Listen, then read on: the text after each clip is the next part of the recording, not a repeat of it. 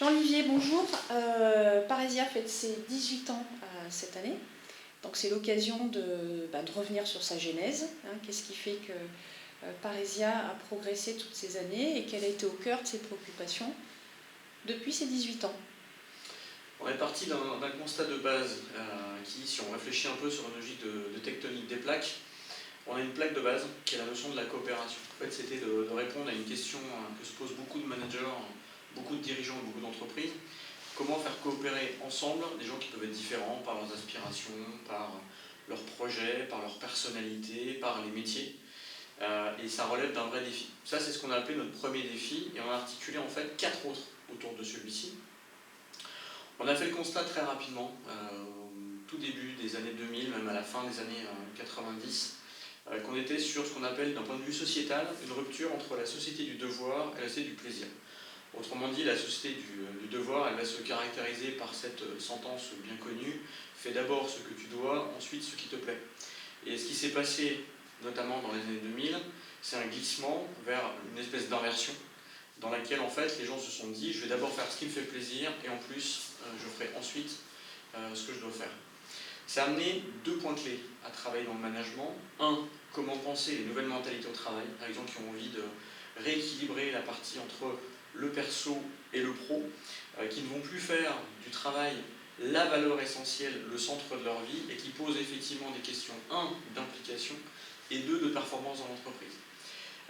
La deuxième chose qui nous est apparue aussi, c'est ce qu'on a appelé les narcisses immatures. En fait, ce sont des gens qui peuvent avoir 20 ans, 30 ans, 40 ans, 50 ans, voire même plus aujourd'hui, qui vont se comporter comme des enfants, qui veulent tout de suite, qui sont impatients, qui ne sont pas capables de donner aux autres, et qui vont mettre leur ego au milieu de tout. On a commencé à travailler dans les années 2000 plutôt sur des profils d'opérationnels, d'opérateurs. On a vu, hélas, l'entreprise basculer aussi avec des managers qui devenaient des narcisses immatures. Et aujourd'hui, on doit aussi bien l'admettre, on a des dirigeants qui sont devenus eux-mêmes des narcisses immatures. Alors ça veut dire quoi? Ça veut dire qu'aujourd'hui, les managers, pour partie avec lesquels vous pouvez travailler, sont d'une certaine fragilité ou font face à un certain nombre de fragilités? C'est effectivement le troisième défi. C'est-à-dire qu'en fait, cette rupture a amené à la fois les individus à être moins forts dans leur identité constitutive, et ça a amené aussi des très grandes fragilisations dans le management, parce qu'effectivement, comment composer avec des gens qui ne vont pas être forcément très très fiables, comment composer avec des gens qui sont ce qu'on appelle les nomades de l'entreprise, qui viennent, qui prennent ce qu'ils ont à prendre et puis qui s'en vont. Et c'est pour ça qu'on en arrive assez vite au quatrième défi majeur, qui est ce qu'on appelle les mix. Donc en fait, les mix, c'est un acronyme qui nous permet de travailler sur les mutations, tous les changements. Et ils sont de plus en plus nombreux, ils arrivent de plus en plus vite.